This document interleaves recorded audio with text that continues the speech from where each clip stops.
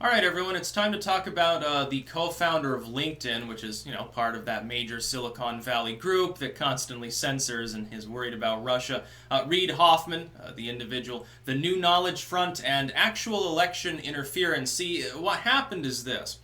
Apparently, some degree of deliberately false and propagandistic information with regards to Judge Roy Moore. You remember that infamous candidate who walked his horse to the voting place, and it was kind of cringy and stuff like that.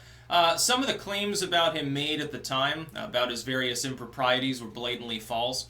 It turns out that that was a form of deliberate paid-for shilling, and it came from the co-founder of LinkedIn. So here you have a case where money that was earmarked for political purposes by the co-founder of a major Silicon Valley corporation was utilized in a manner that probably broke election laws, number one. Number two, actually fulfills the kind of interference people are worried about coming from fucking Russia, which, largely it hasn't. It was funny because even Nate Silver, Meta Conglomerate Orr himself, had to come and say, look, I think that it's a very, very low impact that any Russian money, as far as we know, had on the last election, because when we're looking at it, we're looking at sums that are tiny. $2,000 in ads cents. A couple 100,000 in Facebook ads, which, nobody even cares about Facebook at this point. Do you even log in anymore? I have a feeling it's a declining total that does. Probably too busy logging into Instagram, which means Zuckerberg still gets his cut and still gets to steal your shit, but okay, whatever. But this is real election interference. Here's the real name of the game, which is Silicon Valley wants certain people to win and certain people not to win because it doesn't want to. There's two things that Silicon Valley fears. Remembering, of course, these are multi-billion and sometimes trillion-dollar for-profit corporate entities. Tim Cook leads one, Sundar leads one, Bezos leads, and so forth. Think about it. There are two things that they fear. They fear populism because of potential alterations to the tax and regulatory structure, and they also fear regulation. Those are the two things they fear. Now, this in and of itself is not a problem. Any business would be mad not to fear such things. You're in a dominant position. You don't want your competitors to rise up. No, you absolutely want to have the power to suppress your competitors. YouTube definitely wants to suppress BitChute. Twitter definitely wants to screw Gab. Of course they do. Amazon definitely wants to prevent some mom-and-pop distribution service from taking hold locally and then potentially expanding. Of course they want to. Fuck, they'd burn your factory to the ground if it were legal for them to do so. Here's the problem. Capitalism gets strangulated by the successes of capitalism. It's sort of like a plant. You have a limited sized area. The plant keeps growing and growing, eventually strangles itself. Well, you got to keep it pruned. You got to keep it, break it apart once in a while and stuff. That's what you have to do in order to keep that growth going. That's what props capitalism up. Capitalism cannot long survive corporatism. Here we've got one of the effects of corporatism, which is dark money that enters politics, and in this case, deliberately false materials were spread. This is literally shilling. Now keep in mind, Russia spends $10 on a Twitter ad. You will hear about it endlessly for a week. How many people are even talking about this? Outside of like the tech news and alt media community. How many stories are on CNN or MSNBC right now about this? Fox will cover it for partisan reasons, just to appease their fans and say, told you so. That's about it, and even then they'll softball it because they're a corporation too. There's a reason for that. They don't want you to understand that, yes, indeed, corporations do scummy things. Silicon Valley is corporations. Yeah, corporations are people, usually scummy people. Now, all the success in the world is due them if they have a good model. YouTube, very fun to upload videos of. Google, it's a great company. They have great strategies. But when they do dumb things or dishonest things, you have to step in. Something has to be done to preserve capitalism from its own excesses. Capitalism itself is perfect. There's nothing wrong with it if you can perpetuate it.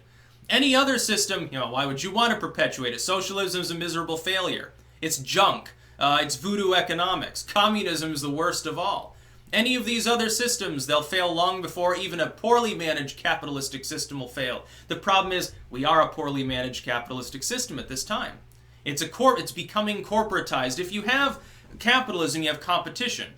Who does Silicon Valley compete with? Does LinkedIn have major competitors? No. Does Google have major competitors as far as search engine, other than Bing, which is Microsoft, another monopoly basically, OS and App Store and so forth. Apple, does Apple have any major competitors for like the app market? No, other than Google. It's a duopoly, which is the same thing as a monopoly. If you've got two groups controlling 100% of something, they can just say, oh, well, we just won't compete.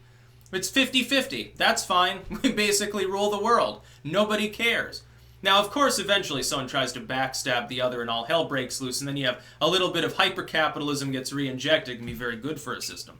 But when I'm seeing this, here's your real election rigging. False information, and it's not coming from a Russian troll farm. It's not coming from alt-right partisan hack group of trolls. It's not coming from some random from Natalia and Boris. No, it's coming from LinkedIn's co-founder, multi-millionaire 10 times over, and that's where it's coming. Now he says, of course, I didn't know this was happening. I didn't authorize it. I condemn this use of my money. Not 100% sure that I agree with that. And even if that's the case, oh well, look.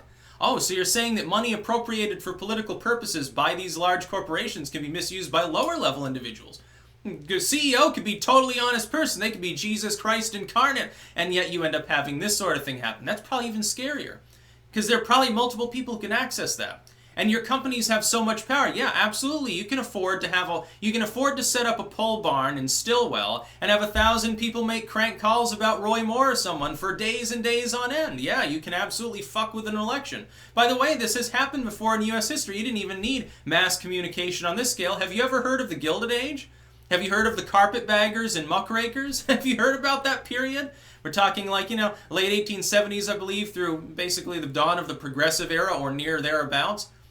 For decades and decades, corrupt machine politics was the name of the game within the United States. It kind of starts before that, Tammany Hall era stuff, and it kind of goes on after that. I mean, the Progressive Era doesn't actually bust up all of the trusts. It selectively does so and injects some capitalism back in. It's better than it was before, although by shitty methods that ended up creating the modern post-industrial structures we have now.